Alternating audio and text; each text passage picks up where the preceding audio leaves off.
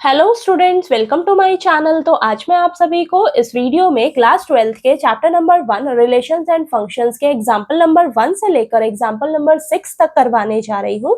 तो प्लीज बेटा आपसे एक छोटी सी रिक्वेस्ट है कि आपको ये वीडियो लास्ट तक जरूर देखनी है और अपने फ्रेंड्स के साथ शेयर करना है। ओके, तो चलिए शुरू करते हैं। तो देखिए बेटा, एग्जाम्पल नंबर 1 में हमें दिया है, let A be the set of all students of a boy school, show that the relation R in A given by R is equal to A comma B such that A is the sister of B is the empty relation, and R dash is equal to A comma B such that the difference between heights of A and B is less than 3 meters is the universal relation. तो देखिए बेटा, आपको ना इस example number 1 में दो questions पूछे हैं। ठीक है, दो क्वेश्चंस पूछे हैं।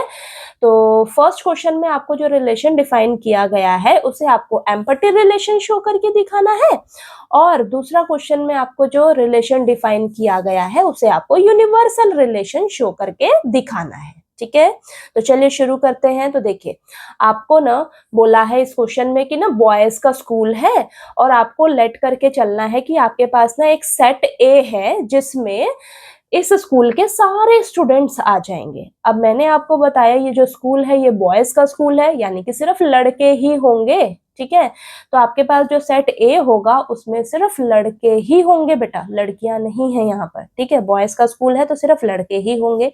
तो यहाँ पर मैं लेट कर लेती हूँ, हमारे पास सेट ए है जो क्या है, बॉयज का स्कूल है तो सारे बच्चे बॉयज होंगे। तो मैं लेट कर लेती हूँ B1 B2 B3 B4 B5। ठीक है, ऐसे ही हमारे पास ये सभी बॉयज होंगे इस सेट ए में। ठीक है, इतना क्लियर हुआ। आगे आपको बोला है, show that the relation R in A. R in A का मतलब है कि जो रिलेशन डिफाइन किया गया है वो ए टू ए पर डिफाइंड किया गया है। ठीक है, ए टू ए, यानी कि आपको ए क्रॉस ए फाइंड आउट करना होगा। रिलेशन इन आर यानी कि जो रिलेशन डिफाइन किया गया है वो सेट ए के ऊपर डिफाइंड किया गया है। ठीक है, यानी कि आपको ए क्रॉस ए निकालना होगा। तो चलिए सबसे पहले हम ए क्रॉस ए निकाल लेते हैं, यानी कि आपको कार्टेशियन प्रोडक्ट निकालना होगा। ठीक है, अब देखते हैं इसमें ऑर्डर्ड पेयर्स हमारे पास क्या आएंगे। तो ये जो सेट ए है आपके पास, मैं इसमें ना ये 3 ही ले लेती हूँ अभी। ठीक है, तो यहाँ पर देखिए, अब इतने सारे बॉयज लेकर आप ऑर्डर्ड पेयर तो निकालने से रहे। ठीक है, आप या 2 ले लीजिए या 3 ले लीजिए। तो मैं यहाँ पर B1 B2 और ये B3 ले लेती हूँ। ठीक है, बस। और इस सेट ये भी सेट ए है तो इसमें भी यही आएंगे ना, सेम B1 B2 B3।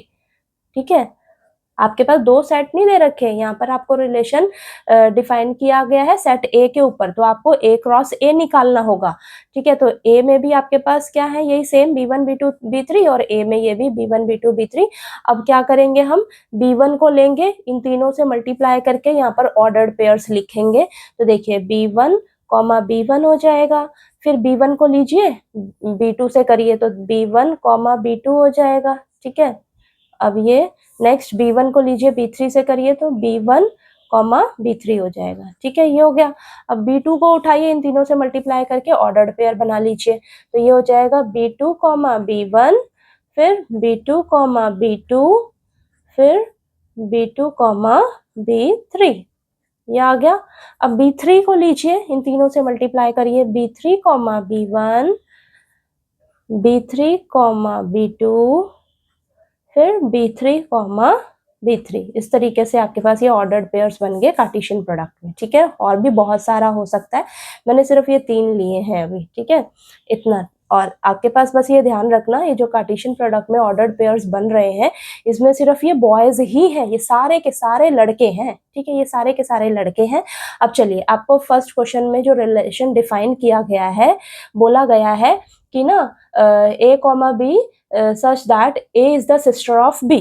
ठीक है, 2 बच्चे ऐसे लीजिए जिसमें जो ए होगा, यानी कि पहला बच्चा जो होगा वो दूसरे का सिस्टर है। ठीक है, मैंने आपको बोला कि ये जो स्कूल है ये बॉयज का स्कूल है, लड़कों का स्कूल है, तो यहाँ सिस्टर कहाँ से आ गई, सिस्टर कौन होगी, लड़की होगी। लड़कियों की तो यहाँ बात ही नहीं हो रही इस क्वेश्चन में। ठीक है, लड़कियों की बात नहीं हो रही है। ठीक है, तो आप क्या, ये जो आपके पास ऑर्डर्ड पेयर बनेंगे ये तो सारे के सारे लड़के हैं ना बच्चा, ये सारे के सारे लड़के हैं। सारे के सारे लड़के हैं, तो आप इस रिलेशन में से कोई भी ऑर्डर्ड पेयर नहीं उठा सकते, ठीक है।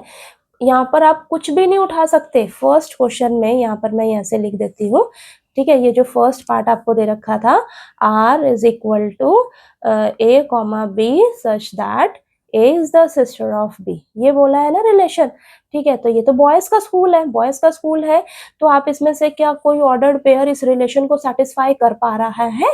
नहीं कर पा रहा है ना, कोई भी ऑर्डर्ड पेयर सेटिस्फाई नहीं करेगा। ये सारे के सारे लड़के हैं, तो कोई ऑर्डर पेयर सेटिस्फाई नहीं करेगा, तो हमारे रिलेशन में कोई भी यहाँ से ऑर्डर पेयर नहीं आएगा हमारे रिलेशन में, तो हमारा रिलेशन तो खाली रहेगा ना, एम्प्टी रिलेशन होएगा। वही बोला है आपको कि शो करके दिखाइए कि ये जो रिलेशन डिफाइन किया गया है ये आपका एम्प्टी रिलेशन है, ठीक है। तो yes, this is the empty relation, this relation is the empty relation, ठीक है। तो यहाँ पर हम लिख देंगे R इज इक्वल टू, देखिए एम्प्टी रिलेशन का ये साइन होता है, ठीक है। तो रिलेशन हमारा कैसा होगा? एम्प्टी रिलेशन होगा। तो अब हम यहाँ पर रीजन भी दे देते हैं, since the school is boy school, the school is boy school, ठीक है। ये जो स्कूल है ये कैसा है? बॉयज का स्कूल है, ठीक है। No student of the school, no student of the school can be the sister of any student of the school, ठीक है। सिस्टर हो ही नहीं सकती, student of the school, okay. तो हेंस लास्ट में हम लिख देंगे, hence R is equal to, ये एम्प्टी रिलेशन का साइन, ठीक है। R is the showing that, ये क्या शो कर रहा है? Sign showing that R is the empty relation, ठीक है। ये दोबारा से मैंने यहाँ पर लिख दिया है, अच्छे से आपको इसको एक्सप्लेन करके देना है, ठीक है। आपको समझ तो आ गया होगा ये कैसे एम्प्टी रिलेशन है। जो रिलेशन डिफाइन किया गया है उसमें बोला है कि ए जो है वो बी की सिस्टर है। आपको ऑर्डर्ड पेयर यहाँ से कोई दिख रहा है इसमें कि कोई किसी की सिस्टर है? सारे तो लड़के हैं, लड़कियां तो है ही नहीं, लड़कियों का नामो निशान नहीं है स्कूल में, ठीक है। ये तो बॉयज का स्कूल है ना, ठीक है। तो यहाँ पर गर्ल्स की तो बात ही नहीं हो रही है, सिस्टर तो गर्ल में ही आ गई ना, लड़की हुई, ठीक है। लड़कियों की बात नहीं हो रही है, यहाँ सिर्फ लड़कों की बात हो रही है, ठीक है। तो यहाँ पर सिर्फ लड़कों की बात हो रही है, तो हमारे रिलेशन में कोई भी ऑर्डर्ड पेयर यहाँ पर नहीं आएगा। हम कार्टेशियन प्रोडक्ट में से कोई भी रिलेशन सेलेक्ट नहीं कर सकते, तो हमारा रिलेशन जो है वो एम्प्टी रिलेशन हो जाएगा, जो कि हमें ये शो करके दिखाना था, ठीक है। नेक्स्ट क्वेश्चन में आपको बोला है कि यूनिवर्सल रिलेशन शो करके दिखाइए इस जो रिलेशन डिफाइन किया गया है। तो चलिए नेक्स्ट पेज पर उसे मैं समझा देती हूँ। तो देखिए बेटा, आपको नेक्स्ट रिलेशन डिफाइन क्या किया गया है कि ए और बी दो बच्चे हैं, तो ए और बी की जो हाइट का डिफरेंस होगा वो 3 मीटर से लेस होगा, ठीक है। और ये बताना है आपको, ये जो रिलेशन है ये यूनिवर्सल रिलेशन होगा, ठीक है। तो चलिए कैसे करेंगे, अब देखिए आप समझिए। सबसे पहले कि बोला है कि दो बच्चों की हाइट का डिफरेंस, ठीक है।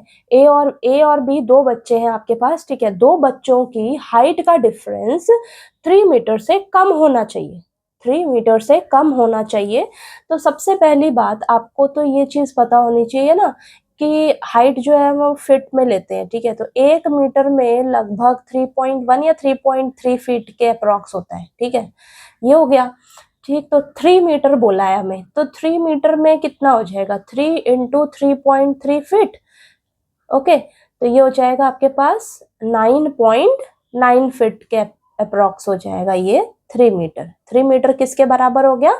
9.9 फीट, इतना हो गया 9.9 फीट, ओके। तो सबसे पहले अब इसको हम कैसे समझेंगे, एग्जाम्पल लेकर आपको मैं बताती हूँ। मान लीजिए फॉर एग्जाम्पल हमारे पास ये जो बच्चे थे B1, B2, B3, B4, B5 ये सब थे ना, तो हमने मान लेते हैं कि हमारे पास ये जो पहला बच्चा है, पहला लड़का जो है B1, उसकी हाइट है 4 फीट के अराउंड, ठीक है, 4 फीट के अराउंड। B2 की हाइट है 5 फीट के अराउंड, और B3 की हाइट है 6 फीट के अराउंड, ठीक है, इतना है। अब आप इन दोनों का ना किन्हीं भी दो बच्चों को लीजिए, उनका डिफरेंस निकाल कर देखिए, डिफरेंस निकाल कर देखिए जरा। तो 5 में से देखिए B2 माइनस अगर मैं B1 करती हूँ, यानी कि 5 माइनस 4, 5 माइनस 4, तो ये हो जाएगा आपके पास 1 फीट हो जाएगा। 1 फीट आया आपके पास। अभी जो 1 फीट है ये कम है ना, कम है किससे? 9.9 फीट। 3 मीटर बोला, 3 मीटर 9.9 फीट के बराबर है, कम है। ठीक है, ऐसे ही मैं अगर ये ले लेती हूँ B3 माइनस B2 करती हूँ, यानी कि 6 माइनस 5, ये भी 1 फीट आ रहा है। ठीक है, 1 फीट आ रहा है, जो कि लेस है 9.9 फीट से।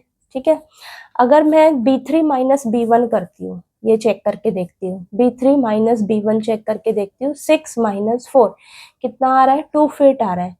तो ये भी क्या है? लेस होगा 9.9 फीट से।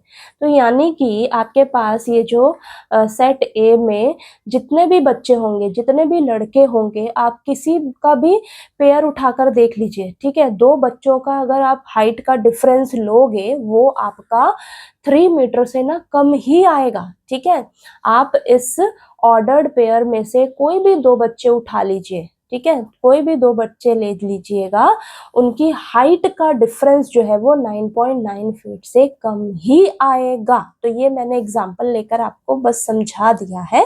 ठीक है, कि कैसे ये जो कार्टेशियन प्रोडक्ट के जो ऑर्डर्ड पेयर्स होंगे, ये सारे ना सेटिस्फाई होंगे बेटा, सारे सेटिस्फाई करेंगे इस रिलेशन को। ये जो रिलेशन दे रखा है ये सेटिस्फाई करेगा। ठीक है, सेटिस्फाई होगा। ओके, तो यानी कि हम कह सकते हैं कि जो R डैश है, जो रिलेशन दे रखा है, वो हमारा किसके बराबर आएगा? A क्रॉस A के। यानी कि जो कार्टेशियन प्रोडक्ट में जितने भी ऑर्डर्ड पेयर्स बनेंगे, ये तो हमने कुछ बच्चों को लेकर ऑर्डर्ड पेयर्स बनाए हैं ना। ठीक है, तो जितने भी ऑर्डर्ड पेयर्स बनेंगे ना बेटा, वो सारे इस रिलेशन को सेटिस्फाई करेंगे। सेटिस्फाई करेंगे यानी कि ये जो रिलेशन होगा ये आपका यूनिवर्सल रिलेशन कहलाएगा। और यूनिवर्सल रिलेशन में क्या होता है? जो रिलेशन होता है वो किसके बराबर आ जाता है? A क्रॉस A के। ये मैंने बता रखा है आपको इंट्रोडक्शन वाली वीडियो में। ठीक है, A क्रॉस A का मतलब है कि जो कार्टेशियन प्रोडक्ट जो आपके पास आया है, उसमें जितने भी ऑर्डर्ड पेयर्स बनेंगे वो सारे के सारे रिलेशन में आ जाएंगे, रिलेशन में आ जाएंगे। यानी कि आपका ये जो रिलेशन है ये सेटिस्फाई हो रहा है, तो सारे के सारे ऑर्डर्ड पेयर्स आ जाएंगे इस रिलेशन में, तो ये एक दूसरे के इक्वल हो जाएगा। तो यहाँ से हम कहेंगे ये जो रिलेशन है ये हमारा क्या होगा? यूनिवर्सल रिलेशन होगा। ठीक है, ये हमारा रिलेशन यूनिवर्सल रिलेशन हो जाएगा। बिकॉज क्यों? क्योंकि the difference between height of any two students, किसी भी दो बच्चों की हाइट का डिफरेंस लेकर देख लीजिएगा, 2 students is less than 3 metre. 3 metre से कम ही होगा, 3 मीटर यानी 9.9 फीट से कम ही होगा दो बच्चों की हाइट का डिफरेंस। ठीक है, तो यानी कि ये रिलेशन हमारा सेटिस्फाई हो रहा है, तो ये रिलेशन हमारा क्या है? यूनिवर्सल रिलेशन है। यूनिवर्सल रिलेशन है क्योंकि जो रिलेशन में कार्टेशियन प्रोडक्ट के सारे ऑर्डर्ड पेयर्स आ जाएंगे, क्योंकि वो सारे के सारे ऑर्डर्ड पेयर्स जो है वो इस रिलेशन को सेटिस्फाई कर रहे हैं। ठीक है, तो आपको ये एग्जाम्पल नंबर 1 जो है वो क्लियर हो गया होगा। कोई भी डाउट आया आपको तो प्लीज आप पूछ लीजिएगा। ओके, तो चलिए अब हम एग्जाम्पल नंबर 2 कर लेते हैं। नेक्स्ट एग्जाम्पल नंबर 2 में हमें दिया है, late T be the set of all triangles in a plane with R a relation in T given by R is equal to T1 comma T2 such that T1 is congruent to T2, show that the R is an equivalence relation। आपको देखिए बेटा, इस example number 2 में ना show करना है कि जो रिलेशन आपको दिया है ये आपका इक्विवेलेंस रिलेशन है। इक्विवेलेंस रिलेशन का मतलब है कि आपको रिलेशन रिफ्लेक्सिव, सिमेट्रिक, ट्रांजिटिव, ये तीनों जो है वो शो करके दिखाना है कि आपका जो रिलेशन है ये रिफ्लेक्सिव भी है, सिमेट्रिक भी है और ट्रांजिटिव भी है। तो चलिए करते हैं। तो देखिए आपको बोला है कि आप ना लेट कर लीजिए, आपके पास टी कोई सेट है जो कि किसका सेट है, सभी ट्रायंगल्स का, ठीक है।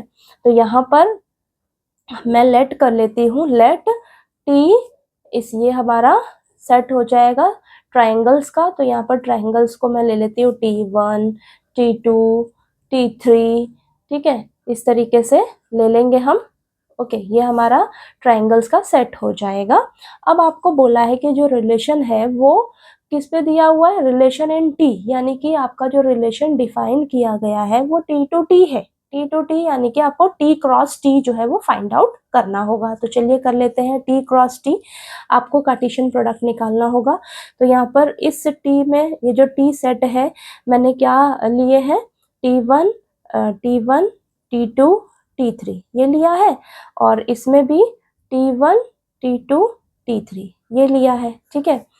तो अब यहाँ से हम कार्टेशियन प्रोडक्ट ऑर्डर्ड पेयर्स निकालते हैं। कैसे करेंगे, T1 को उठाइए, इन तीनों से मल्टीप्लाई करके ऑर्डर्ड पेयर बना लीजिए। तो T1, T1, फिर T1, T2, T1, T3 ये आ गया, ठीक है। अब T2 को लीजिए, T2, T1, T2, T2, T2, T3 ये आ जाएगा आपके पास, ठीक है।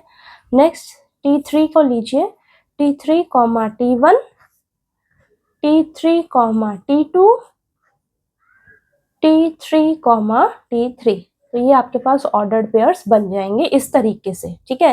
तो यहाँ पर तो हमने सिर्फ 3 ट्रायंगल्स लेकर ही ये ऑर्डर्ड पेयर्स बनाए हैं, ठीक है। इससे ज़्यादा लेने का ज़रूरत नहीं है, आपको शो करके दिखाना है बस।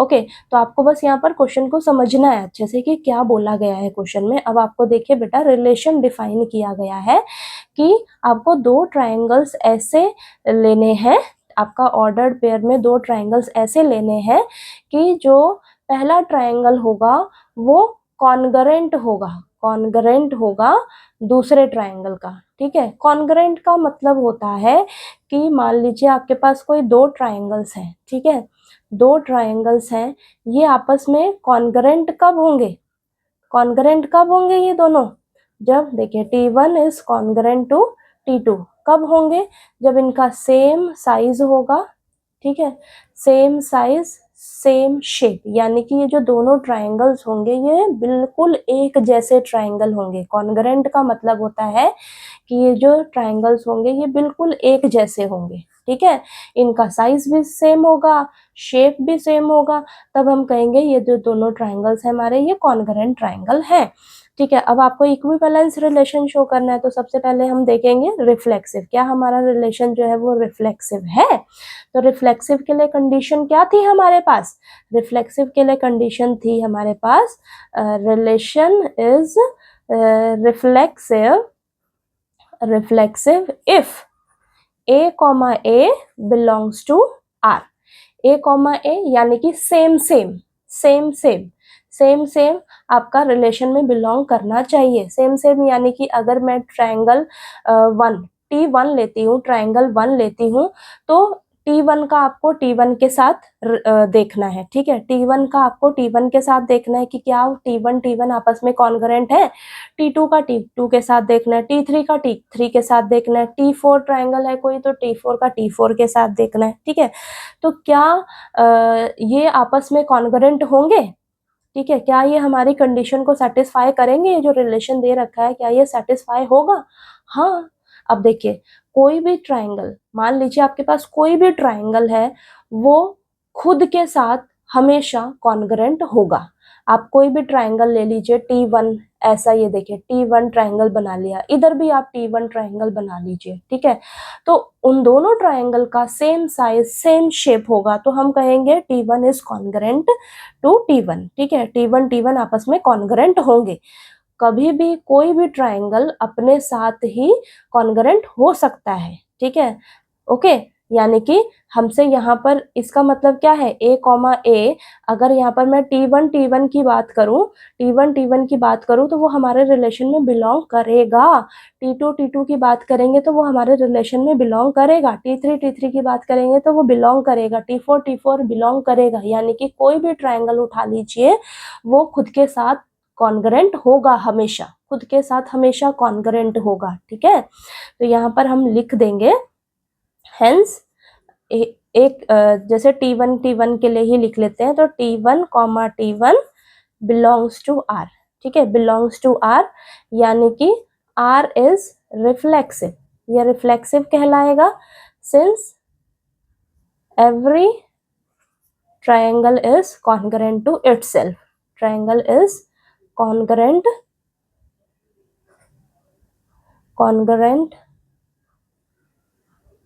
टू इटसेल्फ, यानी कि खुद के साथ कॉन्ग्रेंट होगा। कोई भी ट्रायंगल अपने खुद के साथ वो कॉन्ग्रेंट होगा। ठीक है, तो ये हमारा जो रिलेशन है ये सेटिस्फाई हो रहा है, तो हम कहेंगे हमारा ये रिफ्लेक्सिव रिलेशन है। ठीक है, अब देखते हैं क्या ये सिमेट्रिक रिलेशन है। ठीक है, सिमेट्रिक रिलेशन की कंडीशन क्या थी? सिमेट्रिक रिलेशन की कंडीशन थी कि relation R is symmetric, relation R is symmetric if A comma B, if A comma B belongs to R, then B comma A also belongs to R। यानी कि उल्टा पुल्टा देखना है, सिमेट्रिक में उल्टा पुल्टा, रिफ्लेक्सिव में सेम सेम, सिमेट्रिक में उल्टा पुल्टा। यानी कि अगर A कॉमा B रिलेशन में बिलोंग कर रहा है तो B कॉमा A भी रिलेशन में बिलोंग करना चाहिए। ठीक है, ओके, तो इसका मतलब क्या है समझिए। यहाँ पर मान लीजिए आपके पास दो ट्रायंगल्स हैं T1 और T2। ठीक है, T1 और T2 रिलेशन को बिलोंग कर रहे हैं, तो यहाँ पर मैं अगर ऐसे लिखती हूँ, देखिए T1 comma T2 belongs to relation, इसका मतलब क्या है? अगर ये रिलेशन को बिलोंग कर रहे हैं तो यहाँ पर हम कहेंगे कि T1 is congruent to T2। ठीक है, T1 is congruent to T2। तो अगर T1 T2 के कॉन्ग्रेंट है, यानी कि ये दोनों का साइज भी सेम है, शेप भी सेम है, ये दोनों आपस में कॉन्ग्रेंट है, तो अगर T1 T2 के कॉन्ग्रेंट है तो T2 T1 के भी कॉन्ग्रेंट कहलाएगा। ठीक है, तो यहाँ पर मैं लिखूंगी T2 is also congruent to T1। समझ आ रहा है या नहीं? कॉन्ग्रेंट टू T1, यानी कि so T2 comma T1 also belongs to relation. So ठीक है, ऑल्सो बिलोंग्स टू रिलेशन। तो यहाँ पर देखिए T2 is also congruent to T1 का मतलब है T2 is congruent to T1, इसका मतलब ये है। So T2 comma T1 also belongs to relation. देखिए अगर T1 कॉमा T2 हम मानकर चल रहे थे T1 कॉमा T2 रिलेशन में बिलोंग कर रहा है, तो इसका मतलब क्या है? T1 जो है वो T2 के कॉन्ग्रेंट है। ठीक है, ये आपस में कॉन्ग्रेंट है, तब ये दोनों ही सेम सेम है ना, ट्राइंगल जो है वो इन दोनों ट्राइंगल्स का सेम साइज सेम शेप है, तो T1 अगर T2 के कॉन्ग्रेंट है तो हम ये भी कह सकते हैं कि जो T2 है ये T1 के भी कॉन्ग्रेंट होगा। तो यानी कि T2 कॉमा T1 ये भी रिलेशन को बिलोंग करेगा। ठीक है, तो हम यहाँ पर लिख देंगे hence relation is symmetric, relation is symmetric. अब ये सिमेट्रिक भी शो हो गया। चलिए लास्ट हमारे पास है अब ट्रांजिटिव भी शो करके दिखाते हैं। तो देखिए लास्ट है ट्रांजिटिव के लिए हमारे पास कंडीशन क्या थी? Relation is transitive if A comma B belongs to R, B comma C belongs to R, then A comma C also belongs to R।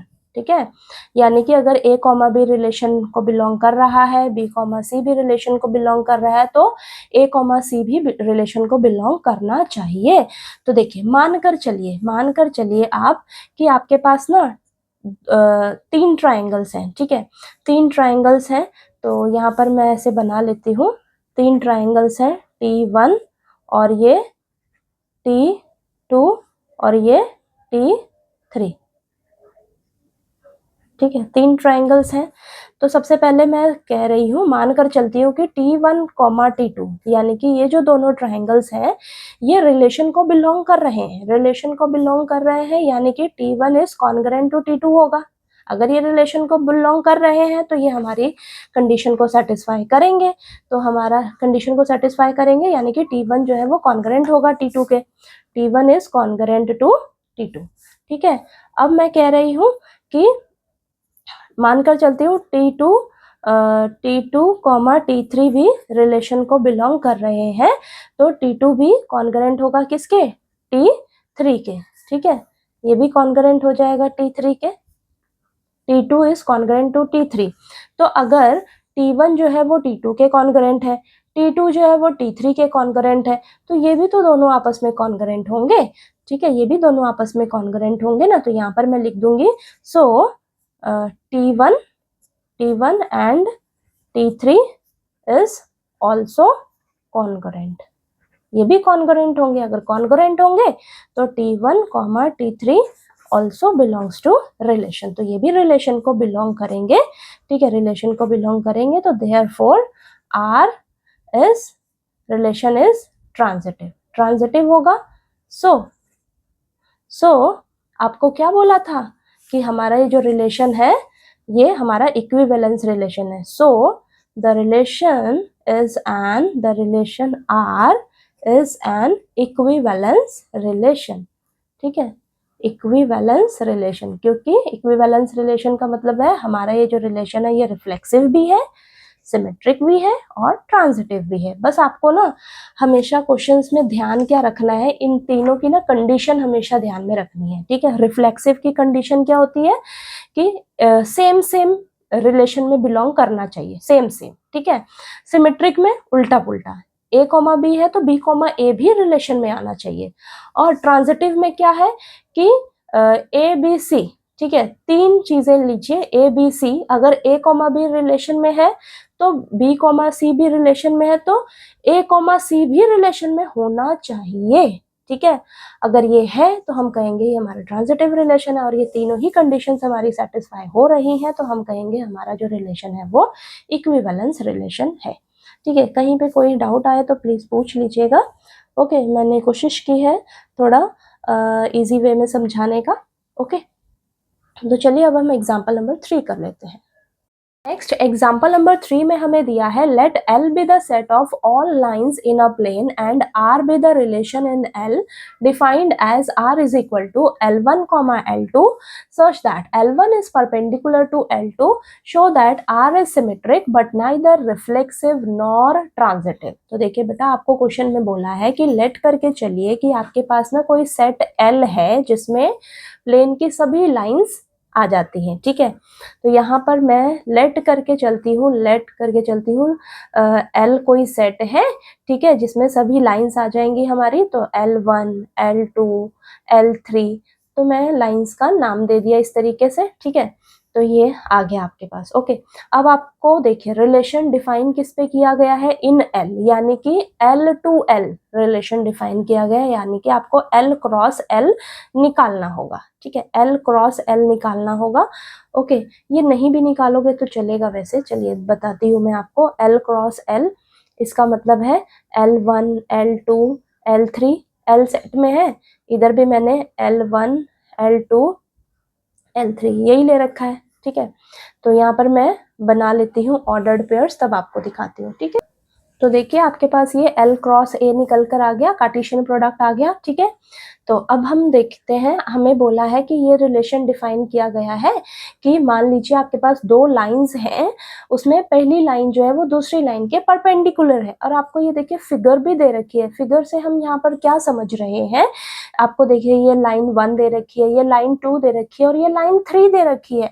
तो मैं इस फिगर से कंक्लूजन क्या निकाल सकती हूँ कि हमारी ये जो लाइन 1 है ये परपेंडिकुलर है लाइन 2 के। ठीक है, और इसको हम लिख सकते हैं कि ये जो लाइन 2 है is perpendicular to L1, L1 is perpendicular to L2 और L2 is perpendicular to L1। Okay, अब और यहाँ पर देखिए अब L3 और L2 में अगर हम देखें तो यहाँ पर मैं लिख सकती हूँ L3 is perpendicular to L2 और हम कह सकते हैं L2 is perpendicular to L3, ऐसा कह सकते हैं। ठीक है, तो ये हमारा तो है फिगर से कंक्लूजन निकला है ये। ठीक है, ओके, ये चीज समझ में आई आपको। दो लाइंस परपेंडिकुलर तब होती है जब वो एक दूसरे को 90 डिग्री पर इंटरसेक्ट करती हैं। ठीक है, तो ये देखिए यहाँ पर ये 90 डिग्री का एंगल बन रहा है ना, तो यहाँ पर हम कह सकते हैं L1 is perpendicular to L2 या L2 is perpendicular to L1, और यहाँ से कह सकते हैं L3 is perpendicular to L2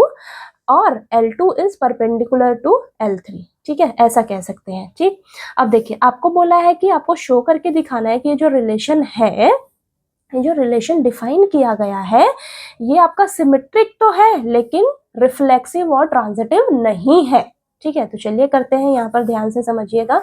reflexive और ट्रांजिटिव नहीं है बेटा, तो रिफ्लेक्सिव सबसे पहले देखते हैं हम।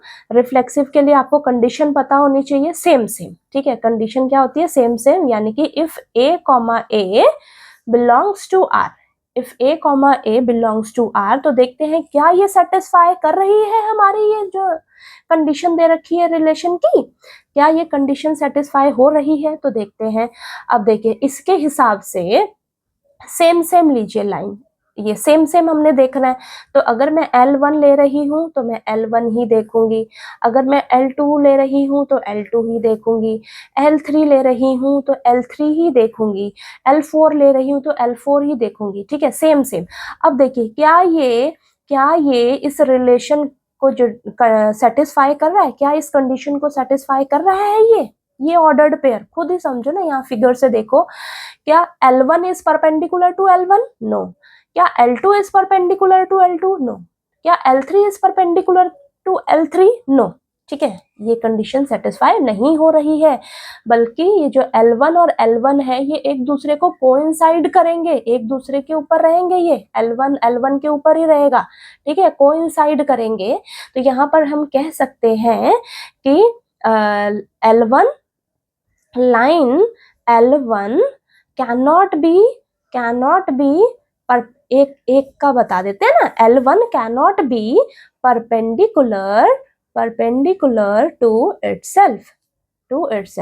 ठीक है, L2 की भी बात करें तो L2 cannot be perpendicular to itself। L3 की बात करें तो L3 भी परपेंडिकुलर नहीं होगा खुद से। ठीक है, नहीं परपेंडिकुलर होगा, तो ये यानी कि ये कोइंसाइड करेंगी लाइंस, आपस में कोइंसाइड करेंगी ना, तो ये जो हमारा रिलेशन का जो कंडीशन दे रखा है ये सेटिस्फाई नहीं हो रही है। ठीक है, नहीं हो रही है, तो हम कहेंगे कि हमारा जो रिलेशन है ये रिफ्लेक्सिव नहीं है। रिलेशन इज नॉट रिफ्लेक्सिव, क्योंकि ये हमारी कंडीशन को सेटिस्फाई नहीं कर रहा है। ठीक है, नॉट रिफ्लेक्सिव, ये तो हो गया। चलिए ठीक है, अब देखिए यहाँ पर मैं सेकंड हम देखते हैं सिमेट्रिक। सिमेट्रिक के लिए इन्होंने बोला है कि ये हमारा रिलेशन जो है ना सिमेट्रिक है। अब देखते हैं कैसे होगा।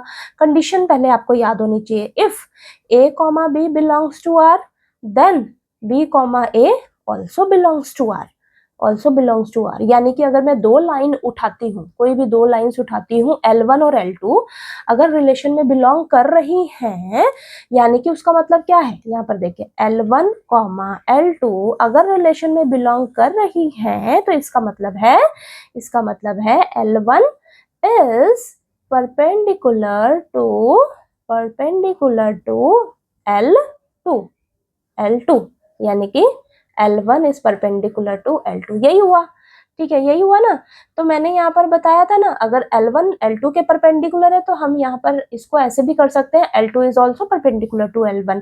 ठीक है, तो यहाँ पर मैं लिख दूंगी L1 अगर L2 के परपेंडिकुलर है, so L2 is also perpendicular to L1।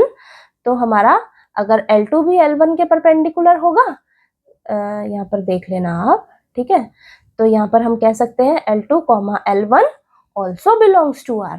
ठीक है, ये भी रिलेशन को बिलोंग करेगा, सो रिलेशन इज सिमेट्रिक।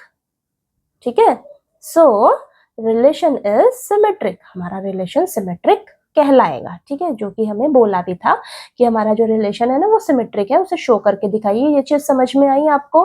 कि देखिए मैं दो लाइंस ले लेती हूँ, अगर मैं दो लाइंस ले लूँ, L2 और L3 को ले लेती हूँ। ठीक है, L2 और L3 अगर ले लेती हूँ तो मैं कहूंगी L2 और L3 जो है वो रिलेशन को बिलोंग कर रहा है, रिलेशन को बिलोंग कर रहा है। तो यानी कि L2 is perpendicular to L3। ठीक है, L2 is perpendicular to L3। तो अगर L2 L3 के परपेंडिकुलर है तो L3 जो है वो भी तो L2 के परपेंडिकुलर होगा ना। ठीक है, तो वो भी रिलेशन को बिलोंग करेगा, तो हमारा जो रिलेशन है वो सिमेट्रिक रिलेशन कहलाएगा। ओके, चलिए अब ट्रांजिटिव के लिए देखते हैं नेक्स्ट पेज पे। तो देखिए बेटा, ट्रांजिटिव की कंडीशन याद करिए। ट्रांजिटिव की कंडीशन होती है if A, B belongs to R and B, C belongs to R, then A, C also belongs to R। ठीक है, ऐसा होना चाहिए। यानी कि अगर मैं दो लाइंस लेती हूँ, ठीक है, यहाँ पर हम तीनों लाइंस की बात करेंगे, L1, L2, L3। ठीक है, L1, L2, L3।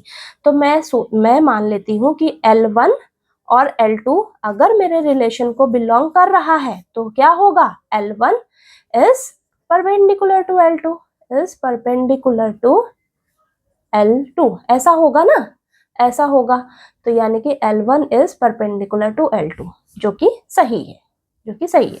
ठीक है, और आगे मैं कहती हूँ L2 और L3 को भी कहती हूँ कि ये रिलेशन को बिलोंग कर रहा है, तो हो जाएगा L2 is perpendicular to L3, L2 is perpendicular to L3। तो ये हो जाएगा L2 is perpendicular to L3, जो कि सही है। देखिए L2 is perpendicular to L3। ठीक है, अब यहां से मेरा क्या बनेगा कनेक्शन, क्या L1 और L3 भी आपस में परपेंडिकुलर होंगे? यही है ना, देखिए यही कंडीशन कहती है ना कि अगर L1 A, B belongs to R है, B, C belongs to R है, तो A, C भी रिलेशन को बिलोंग करना चाहिए। तो यानी कि L1, L2 belongs to R, L2, L3 belongs to R, तो L1 और L3 भी रिलेशन को बिलोंग करना चाहिए, तभी ये ट्रांजिटिव होगा। तो देखिए L1 और L3 क्या कंडीशन को सेटिस्फाई कर रहा है? हमारी कंडीशन क्या कह रही है कि L1 और L3 कंडीशन को सेटिस्फाई करेगा। यहाँ से देखिए L1 क्या L3 के परपेंडिकुलर है? नहीं, ये तो परपेंडिकुलर नहीं है बेटा, ये तो पैरेलल है एक दूसरे के। These are parallel to each other, L1 is parallel to L3। ठीक है, तो यहाँ पर मैं क्या लिखूंगी, देखिए यहाँ पर मैं हमें कंक्लूजन क्या मिल रहा है, L1 and L3 are not perpendicular to each other, are not perpendicular to each other, they are parallel, they are parallel, वो एक दूसरे के पैरेलल हैं, परपेंडिकुलर नहीं है। यहाँ पर देखिए L1 और L3 जो है वो एक दूसरे के पैरेलल हैं, परपेंडिकुलर नहीं है। तो यहाँ से मैं कहूँगी L1 और L3 जो है वो रिलेशन को बिलोंग नहीं कर रहा है। अगर ये बिलोंग करता तो ये हमारा ट्रांजिटिव रिलेशन कहलाता है, ये बिलोंग नहीं कर रहा है। ठीक है, नहीं कर रहा है, सो R इज नॉट ट्रांजिटिव, यही तो शो करना था आपको। देखिए समझ आया ये क्वेश्चन, रिफ्लेक्सिव नहीं होना चाहिए, ट्रांजिटिव नहीं होना चाहिए, नहीं है और सिमेट्रिक है। ठीक है, तो यही चीज हमें देखना समझ आ गया होगा आपको वैसे। ठीक है, तो यहाँ पर लास्ट में हम लिख देंगे therefore R is symmetric only. ठीक है, जो हमारा रिलेशन दिया है ना वो सिर्फ सिमेट्रिक है, रिफ्लेक्सिव और ट्रांजिटिव नहीं है। ठीक है, वो सिमेट्रिक है सिर्फ। ठीक है, समझ आ गया आपको ये एग्जाम्पल नंबर 3। तो चलिए एग्जाम्पल नंबर 4 कर लेते हैं। नेक्स्ट एग्जाम्पल नंबर 4 में आपको दिया है show that the relation R in the set 1, 2, 3 given by R is equal to 1, 1, 2, 2, 3, 3, 1, 2, 2, 3 is reflexive but neither symmetric nor transitive. तो देखिए बेटा, आपको इस एग्जाम्पल में ना शो करके दिखाना है कि जो आपको रिलेशन दिया हुआ है वो इस सेट के ऊपर दे रखा है। ठीक है, आपको ये सेट गिवन है, सेट के एलिमेंट्स दे रखे हैं 1, 2, 3, तो इस सेट के ऊपर आपका रिलेशन जो है वो बन रहा है और रिलेशन भी आपको गिवन है। इस क्वेश्चन में ना आपको रिलेशन भी दिया हुआ है, इजी क्वेश्चन है ये, रिलेशन दे रखा है और आपको शो करके क्या दिखाना है कि ये जो रिलेशन है ना ये रिफ्लेक्सिव है लेकिन ये सिमेट्रिक और ट्रांजिटिव नहीं है। ठीक है, तो शो करना है तो चलिए करते हैं। तो सबसे पहले हम रिफ्लेक्सिव के लिए देखते हैं, रिफ्लेक्सिव रिलेशन। तो सबकी आपको ना कंडीशन मालूम होनी चाहिए। ठीक है, तो हर क्वेश्चन के लिए आपको देखिए, जब भी आपको रिफ्लेक्सिव, सिमेट्रिक और ट्रांजिटिव का से रिलेटेड क्वेश्चन हो तो इनकी कंडीशंस आपको मालूम होनी चाहिए बेटा। तो रिफ्लेक्सिव रिलेशन की कंडीशन क्या होती है? If A comma A belongs to R, then we say that the relation is reflexive। ठीक है, अब देखते हैं क्या हमारा रिलेशन जो दे रखा है ये रिफ्लेक्सिव है, और हमें बोला भी है कि इसे रिफ्लेक्सिव शो करके दिखाइए। तो देखते हैं A comma A, यानी कि आपको डबलेट चेक करने हैं, हम शक्ल। ठीक है, एक दूसरे के जैसे। अब देखिए, जैसे कि सेट में आपके पास क्या है, 1 है, 2 है, 3 है, ये 3 एलिमेंट्स हैं। तो क्या इनकी डबलेट जो है, क्या इनका जो हमशक्ल है वो मौजूद है रिलेशन में? तो देखिए रिलेशन में क्या मौजूद है, 1,1, 2,2, 3,3। हाँ, है रिलेशन में, है ना बेटा? है, तो ये हमारा जो रिलेशन है वो क्या कहलाएगा? रिफ्लेक्सिव कहलाएगा। ठीक है, तो यहाँ पर मैं क्या लिख दूंगी कि relation is reflexive, relation is reflexive since 1,1, 2,2, 3,3 lies in R। ठीक है, आपको ये जो रिलेशन गिवन है इसके अंदर ये सभी मौजूद हैं। ठीक है, समझ आई बात? ओके, बस आपको देखना है कि आपको सेट में एलिमेंट्स ये दे रखे हैं 1, 2, 3, इनके डबलेट, इनके हमशक्ल चेक कर लेने हैं जो भी रिलेशन दे रखा है। ठीक है, हमशक्ल चेक कर लेने हैं, तो हाँ है इसके अंदर ये। ठीक है, प्रेजेंट है, तो ये हमारा जो है रिलेशन रिफ्लेक्सिव है, और यही हमें शो करके भी दिखाना था। अब हमें सिमेट्रिक रिलेशन के लिए चेक करना है, और यहाँ पर शो करना है कि ये हमारा सिमेट्रिक रिलेशन नहीं है। ठीक है, तो आपको सबसे पहले तो इसकी कंडीशन मालूम होनी चाहिए। सिमेट्रिक मतलब उल्टा पुल्टा देखना है। तो देखिए, if A, B belongs to R, then B, A also belongs to R, also belongs to R। ठीक है, इसका मतलब क्या है? इसका मतलब क्या है, अगर A, B रिलेशन में है तो इसका उल्टा भी देखना है, क्या वो रिलेशन में है। ठीक है, अब देखिए यहाँ पर ये जो डबलेट वाले हैं ना, इसको तो आप छोड़ दीजिए। ठीक है, इनको नहीं देखते अब। ओके, सिमेट्रिक और ट्रांजिटिव के लिए जो सेम सेम वाले हैं उसको नहीं देखिएगा आप। अब देखिए, जैसे कि 1, 2 को अगर मैं देख रही हूँ, ठीक है, 1, 2 अगर मैं देख रही हूँ तो क्या इसका उल्टा, उल्टा यानी कि 2,1 भी है क्या इस रिलेशन में? नहीं है। ठीक है, अगर मैं 2,3 की बात करूँ, 2,3 तो है यहाँ पर, लेकिन इसका उल्टा अगर मैं कहूँ 3,2 क्या है इस रिलेशन में? नहीं है, तो ये रिलेशन हमारा सिमेट्रिक नहीं कहलाएगा। ठीक है, तो एग्जांपल यहाँ पर मैं देकर बता देती हूँ, जैसे कि अगर मेरा 1,2 बिलोंग कर रहा है रिलेशन को, ठीक है, रिलेशन में बिलोंग कर रहा है, ठीक है, लेकिन 2,1 बिलोंग नहीं कर रहा है, does not belong to relation, then R is not symmetric, R is not symmetric। समझ आई ये चीज? ठीक है, आप 2,3 का भी एग्जाम्पल देकर बता सकते हो। ठीक है, 2,3 रिलेशन में है लेकिन 3,2 रिलेशन में नहीं है, तो हम कहेंगे ये हमारा सिमेट्रिक रिलेशन नहीं है। अब ट्रांजिटिव के लिए बता देते हैं, तो सबकी कंडीशन बस आपको पता रहेगी ना, तो आपको ज़्यादा इजी रहेगा, नहीं तो आप नहीं कर पाओगे ये वाले क्वेश्चंस। ओके, तो देखिए ट्रांजिटिव रिलेशन के लिए क्या कंडीशन है, if A, B belongs to relation, B, C belongs to relation, then A, C also belongs to relation। ठीक है, इसका मतलब क्या है, जैसे कि अगर मैं यहाँ पर 1, 2, 3 है, ठीक है, आपके पास ये क्या दे रखे थे एलिमेंट्स 1, 2, 3 है, तो अगर मैं देखिए रिलेशन में एग्जांपल देखती हूँ, अगर 1, 2 जो है रिलेशन में है और 2, 3 भी रिलेशन में है, तो क्या 1, 3 रिलेशन में है? नहीं है बेटा। ठीक है, इसका मतलब क्या है, तो देखिए ध्यान से एग्जांपल देखिए, 1, 2 मेरे पास रिलेशन में है।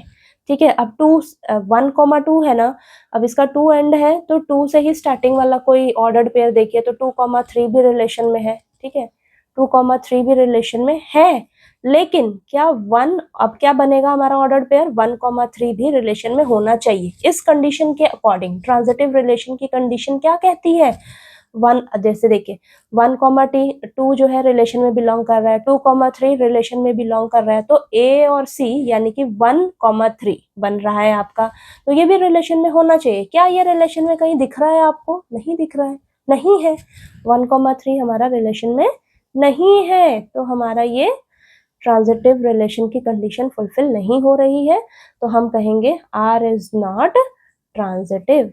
ठीक है, तो आपका ये शो हो गया। समझ आया आपको किस तरीके से करना है? रिफ्लेक्सिव है ये आपका रिलेशन, लेकिन सिमेट्रिक और ट्रांजिटिव नहीं है। ठीक है, तो चलिए एग्जाम्पल नंबर 5 कर लेते हैं। नेक्स्ट एग्जाम्पल नंबर 5 में आपको दिया है show that the relation R in the set z of integers given by r is equal to a comma b such that 2 divides a minus b is an equivalence relation. तो देखिए बेटा, आपको ना इस एग्जाम्पल में show करके दिखाना है कि ये जो रिलेशन आपको दिया हुआ है ये आपका इक्विवेलेंस रिलेशन है। इक्विवेलेंस रिलेशन आपको मैंने बता रखा है कि अगर आपका रिलेशन रिफ्लेक्सिव, सिमेट्रिक और ट्रांजिटिव तीनों की कंडीशंस अगर फुलफिल हो जाती हैं तो हम कहेंगे कि हमारा जो रिलेशन है वो इक्विवेलेंस रिलेशन है। ठीक है, और आपको ये शो करके दिखाना है। और आपका जो रिलेशन है ना वो सेट Z के ऊपर डिफाइन किया गया है, यानी कि Z to Z, Z cross Z आपको फाइंड आउट करना होगा। ठीक है, और ये जो सेट Z है ये आपका इंटीजर्स का सेट है। ठीक है, इंटीजर्स यानी कि negative numbers, zero, positive numbers. ठीक है, आपको पर्टिकुलर कुछ इंटीजर्स नहीं दे रखे हैं सेट में, आपको जो सेट दे रखा है जेड सेट उसमें सारे इंटीजर्स आ जाते हैं। ठीक है, जैसे कि देखिए आपका ये जो सेट जेड है इसमें आपके पास इंटीजर्स कैसे आएंगे? इंटीजर्स मैंने आपको बताया negative numbers, zero plus positive numbers. तो मैं यहाँ पर कुछ एग्जांपल लेकर बताती हूँ। तो देखिए -5, -4, -3, -2, -1, 0, फिर पॉजिटिव ले लेते हैं 1, 2, 3, 4, 5, ये ऐसे चलता जाएगा। ठीक है, तो ये आपको जो सेट दे रखा है Z वो इंटीजर्स का सेट है। ठीक है, आपको यहाँ पर पर्टिकुलर इंटीजर्स नहीं दे रखे हैं, तो इंटीजर्स तो बहुत सारे होते हैं, तो आपको Z क्रॉस Z निकालने की जरूरत नहीं है बेटा। ठीक है, Z क्रॉस Z में बहुत सारे ऑर्डर्ड पेयर्स बनेंगे, तो कोई जरूरत नहीं है निकालने की, बस आपको ध्यान से इस क्वेश्चन को समझना है। ठीक है, समझना है बस आपको। देखिए रिलेशन की कंडीशन दे रखी है, उसको ध्यान में रखते हुए हम क्वेश्चन को समझेंगे और करेंगे। तो सबसे पहले हम क्या देखेंगे? हम देखेंगे रिफ्लेक्सिव रिलेशन। ठीक है, अब रिफ्लेक्सिव रिलेशन देखते हैं। आपको कंडीशन मालूम होनी चाहिए सबकी।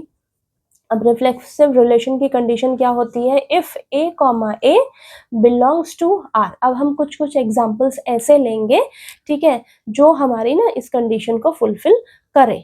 ओके, अब देखिए अगर मैं रिलेशन में कुछ ऑर्डर्ड पेयर्स ऐसे ले लेती हूँ, जैसे कि 0,0, 1,1, 2,2। ठीक है, क्यों ऐसा? देखिए रिफ्लेक्सिव रिलेशन का मतलब होता है रिफ्लेक्सिव यानी कि डबलेट। ठीक है, हम शक्ल एक जैसा, ए कॉमा ए रिलेशन में होना चाहिए।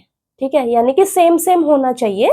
तो 0,0, 1,1, 2,2, 3,3, 4,4। अब मैं देखूंगी क्या ये मेरे जो रिलेशन की कंडीशन दे रखी है उसको सेटिस्फाई कर रहा है। नेगेटिव भी ले लेती हूँ मैं कुछ। ठीक है, -5,5। ठीक है, ये ले लिया मैंने। और ले लेते हैं -4,4। ठीक है, इस तरीके से मैं ले लेती हूँ, और भी ले सकते हैं। तो ये मैंने कुछ एग्जांपल्स लेकर आपको बता रही हूँ। ठीक है, अब देखिए, अब देखेंगे क्या ये जो मैंने रिलेशन में ऑर्डर्ड पेयर्स लिए हैं ये हमारी कंडीशन को फुलफिल कर रहे हैं। अब देखिए 0 क्या है आपका? ये भी इंटीजर है, ये भी इंटीजर है। ठीक है, ए और बी आपके दोनों इंटीजर्स हैं। ठीक है, और जब आप ए और बी को आपस में माइनस करोगे तो आपके पास 0 आएगा, और जो 0 है वो 2 से डिवाइड होगा, होगा ना। अब ये भी 1 और 1 आपका क्या है? इंटीजर है, ये भी इंटीजर है। माइनस करोगे 0 आएगा, और 0 जो है वो 2 से डिवाइड हो जाएगा। इधर अगर देखो -5 और -5, ये भी इंटीजर है ना।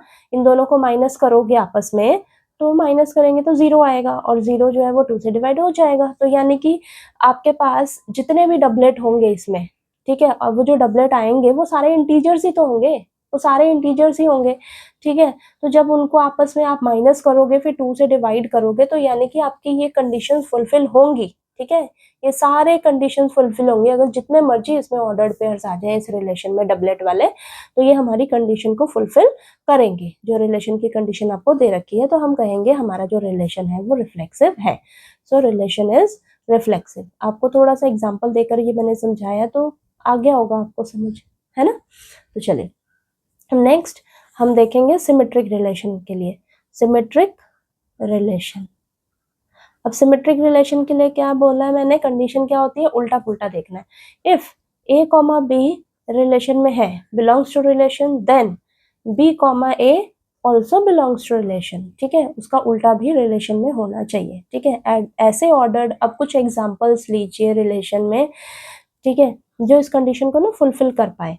और जो भी लोग है ना आप, वो दोनों जो भी ऑर्डर्ड पेयर्स लोगे उसमें तो इंटीजर्स ही होंगे ना बेटा, लेकिन आपको कुछ इस तरीके से लेना है कि आप दो जो एलिमेंट्स हैं वो ऐसे लो जिनको माइनस जब करो ना तो वो 2 से डिवाइड हो जाए, ठीक है। तो देखिए अगर मैं 2,4 ले रही हूँ और इसका उल्टा ले रही हूँ 4,2, अगर मैं 1,5 ले रही हूँ तो 5,1 ले लूँ इसका उल्टा, ठीक है।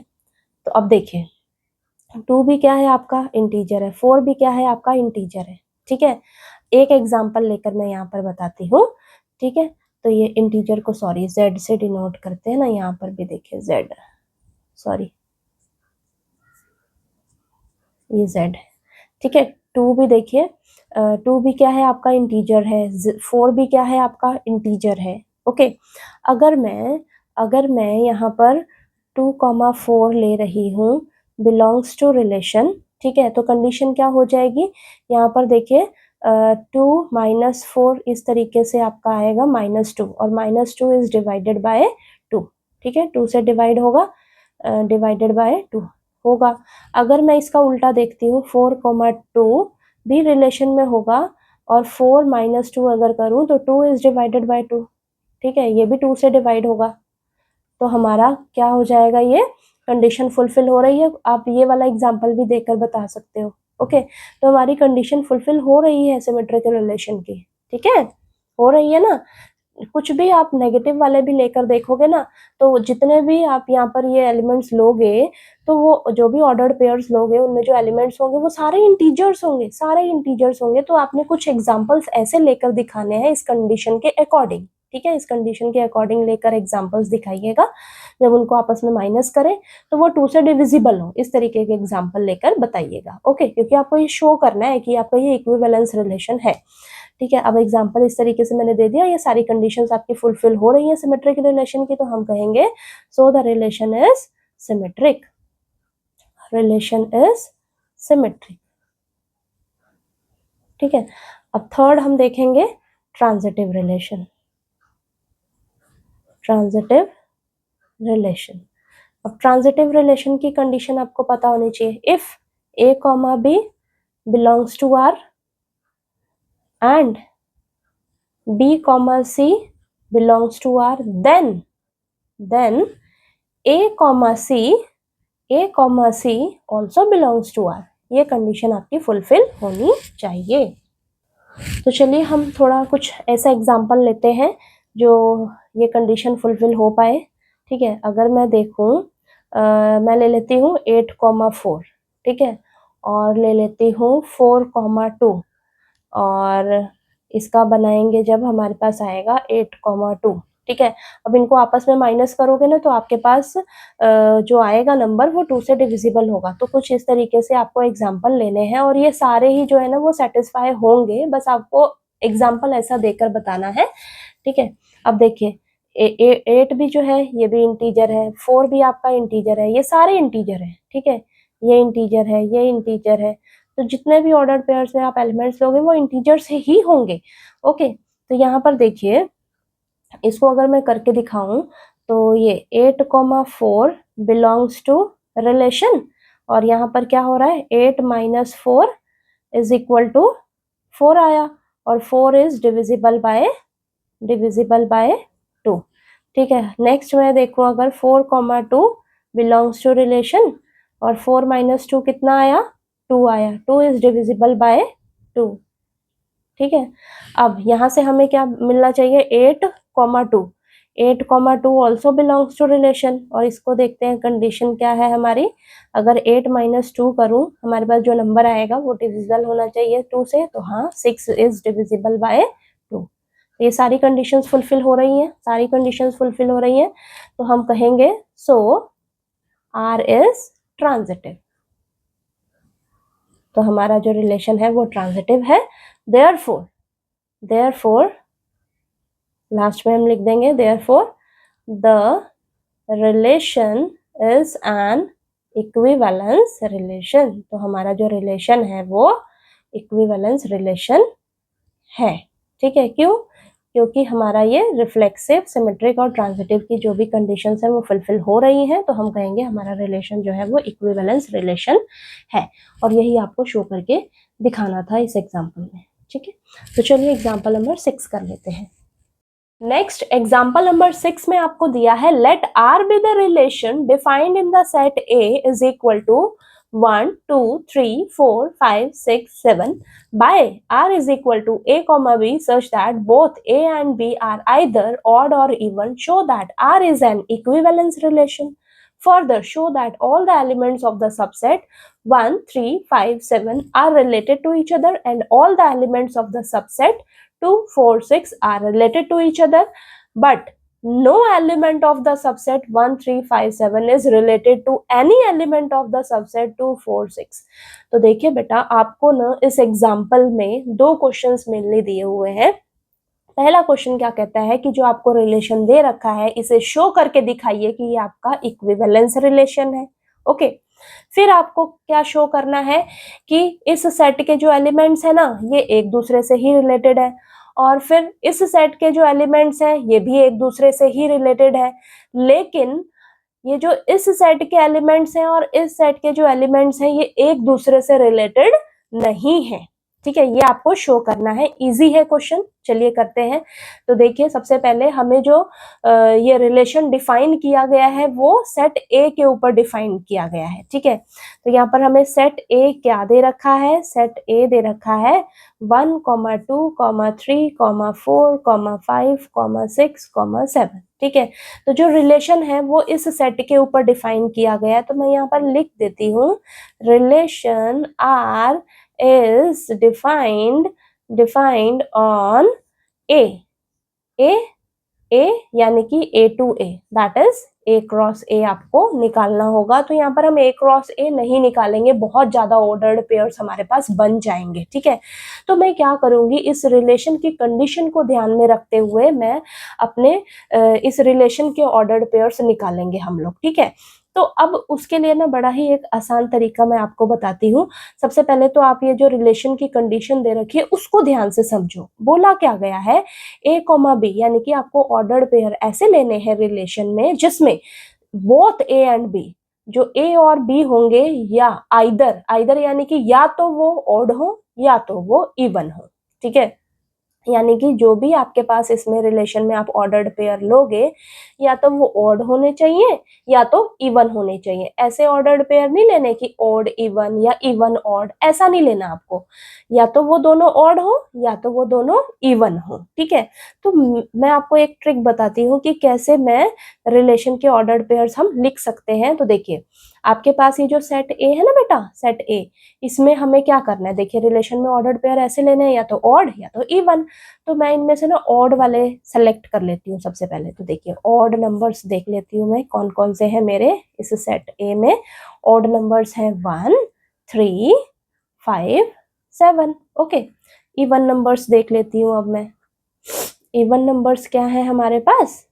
हमारे पास है 2 4 6, इसके अलावा कुछ है नहीं। ठीक है, अब देखिए आपको जो रिलेशन बनेगा उसमें जो ऑर्डर्ड पेयर्स आएंगे, अब वो ध्यान से करिएगा।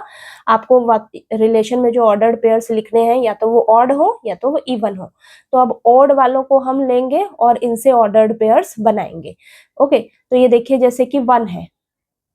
ठीक है, 1 है तो 1 का 1 के साथ, 1 का 1 के साथ रहेगा, फिर 1 का 3 के साथ, फिर 1 का 5 के साथ, फिर 1 का 7 के साथ।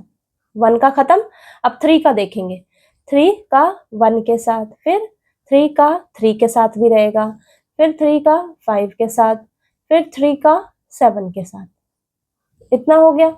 नेक्स्ट अब 5 की टर्न आई, तो 5 का 1 के साथ, फिर 5 का 3 के साथ, फिर 5 का खुद 5 के साथ, फिर 5 का 7 के साथ। ठीक है, अब 7 की टर्न आई, तो 7 का 1 के साथ, 7 का 3 के साथ, 7 का 5 के साथ, 7 का खुद 7 के साथ। ठीक है, अब ये जो भी बने हमारे ऑड नंबर्स वाले हमने ऑर्डर्ड पेयर्स लिखे हैं। ठीक है, ऑड ये जो भी देखोगे आप एलिमेंट सारे ऑड है, सारे ऑड है बेटा। ठीक है, इसमें कुछ हमने ऐसा नहीं लिखा है, देखिए ऑड इवन या इवन ऑड। ठीक है, सारे ऑड है हमारे। अब हम चलते हैं इवन की तरफ। इवन की तरफ 2 लीजिए, 2 का देखिए, 2 का 2 के साथ, फिर 2 का 4 के साथ, फिर 2 का 6 के साथ। अब 4 की टर्न आई, 4 का 2 के साथ, 4 का खुद 4 के साथ, फिर 4 का 6 के साथ, फिर 4 का टर्न खत्म, 6 की बारी आई, 6 का 2 के साथ, 6 का 4 के साथ, 6 का खुद 6 के साथ। तो ये आपके ऑर्डर्ड पेयर्स बनेंगे रिलेशन में। ठीक है, अब ये जो ऑर्डर्ड पेयर्स बने हैं ये इस रिलेशन की कंडीशन को फुलफिल कर रहे हैं। ठीक है, समझ आ गया कैसे आपने ये बनाने हैं। ठीक है, ये आ गया समझ। अब आपको शो क्या करना है, ये जो आपका जो रिलेशन दिया हुआ है ये आपका इक्विवेलेंस रिलेशन है। इक्विवेलेंस रिलेशन है तो चलिए करते हैं। तो सबसे पहले हमें रिफ्लेक्सिव रिलेशन चेक करना होगा, यानी कि रिफ्लेक्सिव, सिमेट्रिक और ट्रांजिटिव तीनों की कंडीशंस फुलफिल होगी। तो चलिए करते हैं इसको। तो रिफ्लेक्सिव रिलेशन की कंडीशन क्या होती है पता होनी चाहिए, if a comma a belongs to r। ठीक है, for a belongs to set A, यानी कि ये जो a एलिमेंट है ये आपका सेट a से बिलोंग करता है। ठीक है, ये लिखना है लिखिए, नहीं तो कोई बात नहीं, आपको कंडीशन मालूम होनी चाहिए, यानी कि डबलेट इसमें मौजूद होना चाहिए, डबलेट मौजूद होना चाहिए। अब डबलेट भी मौजूद होना चाहिए और इस कंडीशन को सेटिस्फाई भी कर रहा हो। अब देखिए 1 जो है यहाँ पर मैं लिख देती हूँ, यहाँ पर रिलेशन जो आपके पास आएगा 1,1। ठीक है, ये आया। फिर 2,2, 3,3, 4,4, यानी कि आपके पास ये जो सेट ए में जितने भी एलिमेंट्स हैं ना इसके डबलेट मौजूद होने चाहिए रिलेशन में, और ये सारे हमारे कंडीशंस को भी सेटिस्फाई कर रहे हैं। कैसे कर रहे हैं देखिए, रुकिए पहले लिख लेते हैं हम। अब ये जो भी ऑर्डर्ड पेयर्स बन रहे हैं ध्यान से देखिएगा, ये आपका ऑड है, ऑड ऑड, ये even even, odd odd, even even, odd odd, even even, odd odd. ऐसा ही रिलेशन का कंडीशन कह रहा है ना, या तो जो ऑर्डर्ड पेयर्स आप लीजिएगा वो या तो ऑड हो या तो इवन हो। ठीक है, और ये हमारे डबलेट सारे मौजूद हैं इसके अंदर, ध्यान से देख लीजिएगा, सारे डबलेट्स मौजूद होंगे इसके अंदर। ठीक है ना, तो हम कहेंगे हमारा जो रिलेशन है वो yes it is reflexive, yes relation is reflexive. Reflexive हो गया शो। चलिए अब हम नेक्स्ट पेज पर सिमेट्रिक और ट्रांजिटिव के लिए करते हैं। ओके, अब सिमेट्रिक रिलेशन देखते हैं। तो कंडीशन क्या होती है इसकी, if a comma b belongs to relation then b comma a also belongs to relation, यानी कि उल्टा पुल्टा देखना है आपने। ठीक है, अब देखिएगा इसमें आते हैं हम। अगर मैं यहाँ पर देखिए ये, अगर मैं 1,3 ले रही हूँ तो क्या 3,1 भी है रिलेशन में, है हाँ। चलिए यहाँ पर मैं लिखती जाती हूँ रिलेशन में। देखिए 1 का अगर देखें तो 1 का 3 के साथ है, तो 3 का 1 के साथ भी इसमें है रिलेशन में आपके। ठीक है, नेक्स्ट अगर मैं डबलेट वाले छोड़ दीजिए। ठीक है, आपने डबलेट वाले नहीं देखने, सिमेट्रिक रिलेशन में डबलेट वाले नहीं देखने, तो 1,1 को छोड़ दीजिए। 1,3 देख रही हूँ तो 3,1 भी है रिलेशन में मेरे पास। अगर मैं 1,5 देख रही हूँ तो देखिएगा 5,1 भी रहेगा मेरे पास रिलेशन में। ठीक है, तो यहाँ पर मैं लिखती जाती हूँ 1,5 रिलेशन में है तो 5,1 भी रिलेशन में है। नेक्स्ट 1,7 का देखते हैं हम। ठीक है, 1,7, 1,7, तो 7,1 भी है, रुकिए हाँ यहाँ पर 7,1 भी रिलेशन में है। ठीक है ना। उसके बाद ये आ गया आपके पास, ये तो हो गया आपका, डबलेट छोड़ दीजिए। अब 3,5 देखिए, 3,5, 3,5 तो 5,3 भी आपके पास रिलेशन में होगा यहाँ पर, ठीक है। नेक्स्ट 3,7 देखते हैं। 3,7 रिलेशन में है तो 7,3 भी रिलेशन में होगा आपके पास, ये देखिए, ठीक है। अब नेक्स्ट 5,1 हो गया और 5,3 भी हो गया, डबलेट नहीं देखना आपने। और 5,7 लिखते हैं। 5,7 रिलेशन में है तो 7,5 भी रिलेशन में होना चाहिए, देखिए है, ठीक है। डबलेट छोड़ दीजिए, ओके। अब नेक्स्ट डबलेट यहाँ पर भी, ये भी छोड़ दीजिए। फिर 2,4 देखते हैं। 2,4 रिलेशन में है तो 4,2 भी रिलेशन में होगा, देखिएगा होगा, ये रहा, है ना। अब 2,6 रिलेशन में है तो 6,2 भी रिलेशन में होना चाहिए, देखिए, है ना, ये है, ठीक है। उसके बाद 6,4 रिलेशन में है तो 4,6 भी रिलेशन में होना चाहिए, ये रहा। इसके अलावा तो नहीं बन रहा है आपके पास, देखिए 6,2 भी हो गया और डबलेट वाला लेना नहीं है आपको, है ना, ठीक है। तो ये आपके देखिए, यानी कि ये सिमेट्रिक रिलेशन वाली कंडीशन भी हमारी फुलफिल हो रही है। 1,3 है तो 3,1 भी रिलेशन में है, 1,5 है तो 5,1 भी रिलेशन में, उल्टा पुल्टा। आप इतना सारा एग्जाम्पल ना देकर एक एग्जाम्पल भी दे सकते हो, ओके।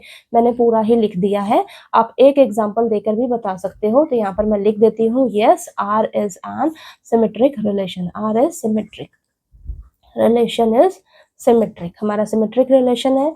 थर्ड है हमारा ट्रांजिटिव। ट्रांजिटिव के लिए देखते हैं अब। ट्रांजिटिव रिलेशन के लिए आपको कंडीशन मालूम होनी चाहिए, क्या होती है।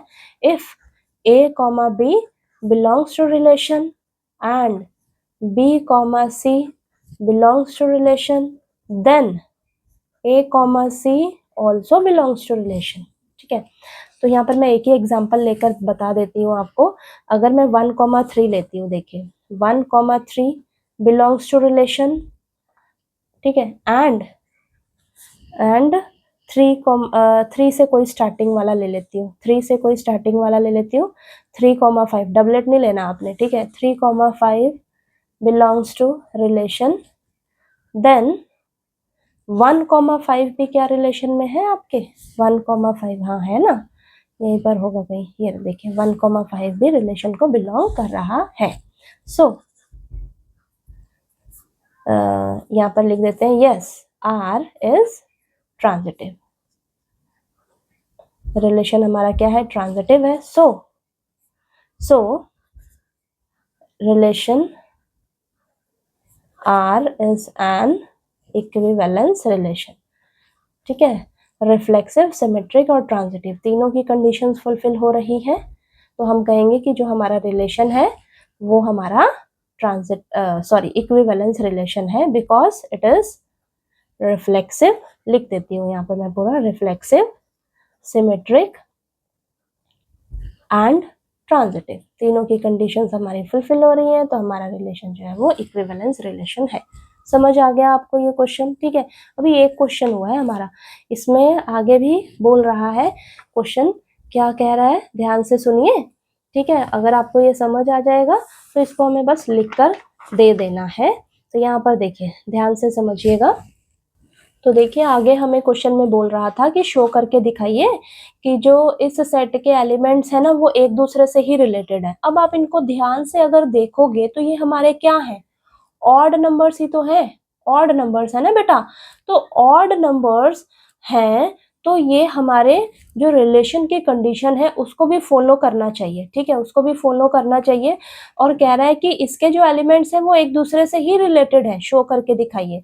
तो यहाँ पर जब हमने इन ऑड नंबर्स का इनके साथ ही जब रिलेशन बनाया, इनके साथ ही देखिए जब इनको इनका रिलेशन बनाकर यहाँ पर ऑर्डर्ड पेयर्स लिखे हैं, ये 1 1 1 3 1 5, ये सारे यहाँ तक ऑर्डर्ड पेयर्स हमने लिखे हैं ना ऑड नंबर्स के, ठीक है, लिखे हैं ना। तो ये हमारे रिलेशन की कंडीशन को फुलफिल कर रहे हैं, ठीक है, फॉलो कर रहे हैं ना, ठीक है। तो यानी कि ऑड नंबर्स जो है वो ऑड नंबर से ही रिलेटेड है, ठीक है, ये एक दूसरे से ही रिलेटेड है। 1,3 1,5 1,7, तो ये यहाँ पर आपके पास ऑड ऑड ही आ रहे हैं और ये रिलेशन को फुलफिल कर रहे हैं कि हमारे पास जो ऑर्डर्ड पेयर्स आने चाहिए या तो वो ऑड हो या इवन हो। तो ऑड के लिए तो ये देखिए हमने बता दिया, ठीक है। अब ये जो आपके पास ये जो सेट के एलिमेंट्स हैं ये कैसे हैं, इवन है, इवन है। और इवन वाले जो है इवन से ही रिलेटेड है, इवन वाले इवन से ही रिलेटेड होंगे, क्योंकि आपके रिलेशन की जो कंडीशन है उसको फॉलो करना चाहिए। ठीक है, इवन वाले इवन से ही रिलेटेड होंगे। तो यहाँ पर मैंने अलग से इसीलिए तो आपको यहाँ पर सेपरेटली ट्रिक बताई थी कि सेपरेट कर लो, ऑड को अलग कर लो, इवन को अलग कर लो, फिर ऑड ऑड वाले ऑर्डर पेयर बन जाएंगे, इवन इवन वाले ऑर्डर पेयर्स बन जाएंगे। आगे ये क्वेश्चन में यही चीज तो बोल रहा है आपको, ऑड वाले नंबर्स एक दूसरे से रिलेटेड है, एलिमेंट्स जो है, इवन वाले एलिमेंट्स जो है वो एक दूसरे से ही रिलेटेड है। तो हाँ, ये सही बात है ना। देखिए 2 2 अब जो बनेगा 2 4 2 6 ये सारे आपके इवन बन रहे हैं, इवन इवन इवन। ठीक है, तो ये हमारे रिलेशन की जो कंडीशन है उसको भी फॉलो कर रहे हैं। तो ये शो हो गया, समझ आ गया ये दो चीज। आगे बोल रहा है, लेकिन ये जो सेट है और ये जो सेट है, ये ऑड नंबर्स वाला जो सेट है और ये जो इवन एलिमेंट्स वाला जो सेट है, ये सेट जो है इनके जो एलिमेंट्स हैं ये एक दूसरे से रिलेटेड नहीं है। हाँ, ये सही बात है ना, नहीं है एक दूसरे से रिलेटेड। क्यों? अब ये इसमें ऑड है सारे नंबर्स, इसमें सारे नंबर्स इवन है, और ऑड और इवन का तो यहाँ पर कोई कनेक्शन ही नहीं दे रखा। ठीक है, आपको बोला है क्वेश्चन में कि आपने रिलेशन में ऐसे ऑर्डर्ड पेयर्स लेने हैं, या तो वो ऑड हो या तो इवन हो। ऑड इवन या इवन ऑड का तो आपको बोला ही नहीं है। अगर आप इन दोनों को मिलाकर अगर आप कार्टेशियन प्रोडक्ट निकालने बैठोगे, ए निकालने अगर बैठोगे, तो उसमें ऑड ऑड, इवन इवन और odd even, even odd mix सारे आएंगे। ठीक है, लेकिन आपको स्पेशली बोला गया है कि आपको ऐसे रिलेशन में ऑर्डर्ड पेयर्स लेने हैं, या तो वो ऑड हो या तो वो इवन हो। यहाँ पर ऑड और इवन का एक दूसरे से कोई भी लेना देना नहीं है। तो ये बात सही है यहाँ पर। ठीक है, ये सारे ऑड है और ये सारे इवन है। अगर आप इनका कार्टेशियन प्रोडक्ट निकालने बैठोगे साथ में, तो आपके पास जो ऑर्डर्ड पेयर्स बनेंगे वो ऑड इवन या इवन ऑड बनेंगे, इस तरीके से भी बनेंगे। ठीक है, तो यहाँ पर हम इन दोनों के जो एलिमेंट्स हैं ये एक दूसरे से रिलेटेड नहीं होंगे बेटा। ठीक है, नहीं होंगे। ओके ओके, क्योंकि हमने ये जो रिलेशन की कंडीशन है उसको भी ध्यान में रखते हुए चलना है। ओके, तो ये आपको ये क्वेश्चन समझ में आ गया इतना, क्या मैं बताना चाह रही हूँ। अब इसको चलिए लिख कर मैं आपको समझा देती हूँ, उस तरीके से आपको लिख कर देना है। ओके, तो देखिए इसको ध्यान से पढ़िए। यहाँ पर मैंने लिखा है, बुक में भी आपके लिखा हुआ है, further all the elements of 1 3 5 7 are related to each other. अब ये जो इस सेट के जो एलिमेंट्स हैं ये एक दूसरे से ही रिलेटेड हैं। क्यों? क्योंकि इस सेट के जो एलिमेंट्स हैं ये कैसे हैं, ऑड हैं। ठीक है, ऑड है तो ये एक दूसरे से ही रिलेटेड है। ठीक है, हमारे रिलेशन की कंडीशन को फुलफिल करेंगे। ओके, नेक्स्ट, अब ये जो एलिमेंट्स हैं 2 4 6, ठीक है, ये भी एक दूसरे से ही रिलेटेड होंगे। क्यों? क्योंकि ये सारे जो एलिमेंट्स हैं ये कैसे हैं, इस सेट के इवन है, इवन है। ठीक है, तो जो भी यहाँ से आपके ऑर्डर्ड पेयर्स बनेंगे इस सेट से वो ऑड ऑड ऑड ऑड बनेंगे।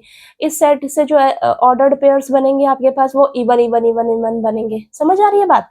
अब यहाँ पर नेक्स्ट क्या है, also no element of the subset 1 3 5 7 can be related to any element of 2 4 6 as elements of 1 3 5 7 are odd while elements of 2 4 6 are even। क्या कह रहा है कि अभी इस सेट के जो एलिमेंट्स हैं और इस सेट के जो एलिमेंट्स हैं ये एक दूसरे से रिलेटेड नहीं होंगे। क्यों नहीं होंगे? क्योंकि इस सेट के एलिमेंट्स ऑड हैं और इस सेट के एलिमेंट्स इवन हैं। अगर आप इनका आपस में कार्टेशियन प्रोडक्ट निकालने बैठोगे तो वो ऑड इवन या इवन ऑड इस तरीके से आएगा, जो कि हमारे रिलेशन की कंडीशन को फुलफिल नहीं करेगा, नहीं करेगा। ठीक है, तो यहाँ पर ये हमारा देखिए शो कर मतलब बता दिया मैंने, इस तरीके से आपको एक्सप्लेन करना है। ठीक है, समझ आई ये चीज? ओके, आप इसमें यहाँ पर एग्जाम्पल भी देकर बता सकते हो कि आपके पास जो फॉर एग्जाम्पल जो ऑर्डर्ड पेयर्स बनेंगे वो 1 3 3 1 1 5 5 7 इस तरीके से सारे ऑड ही बनेंगे, सारे ऑड ऑड ऑड ऑड बनेंगे। ठीक है, ऑड ऑड ऑड बनेंगे तो वो एक दूसरे से रिलेटेड होंगे। ठीक है, हमारी रिलेशन की कंडीशन को फुलफिल कर रहे हैं। ओके, इसमें भी आप एग्जाम्पल दे सकते हो 2 4 4 2, ठीक है, 2 6 6 2। तो जो भी आपके पास ऑर्डर्ड पेयर्स बनेंगे वो सारे इवन इवन इवन होंगे और इवन इवन होंगे, ठीक है, तो वो हमारी रिलेशन की कंडीशन को फॉलो कर रहा है। ओके, इसमें आप एग्जांपल देकर बता सकते हो हमारे पास ऐसे इवन ऑड या ऑड इवन बनेंगे जो कि हमारे रिलेशन की कंडीशन को फुलफिल नहीं करेंगे, ठीक है। तो ये सही बात है कि इसके जो एलिमेंट्स हैं और ये इसके जो एलिमेंट्स हैं वो एक दूसरे से रिलेटेड नहीं होंगे बेटा, वो नहीं होंगे रिलेटेड, ठीक है। तो इस तरीके से आपको इसको एक्सप्लेन करके बताना है, ठीक है। तो चलिए, मैंने इस वीडियो में आपको ना एग्जाम्पल नंबर 1 से लेकर एग्जाम्पल नंबर 6 तक करवा दिए हैं और आपको मैंने इंट्रोडक्शन वाली वीडियो भी बताई है, तो प्लीज़ वो वीडियो भी जाकर आप ज़रूर देख लीजिएगा और इस वीडियो को भी पूरा देखिएगा। अगर आपको ये पसंद आए वीडियो तो प्लीज़ वीडियो को लाइक कीजिएगा, शेयर कीजिएगा और सब्सक्राइब कीजिएगा चैनल को, और अपने फ्रेंड्स के साथ भी शेयर करना मत भूलिएगा।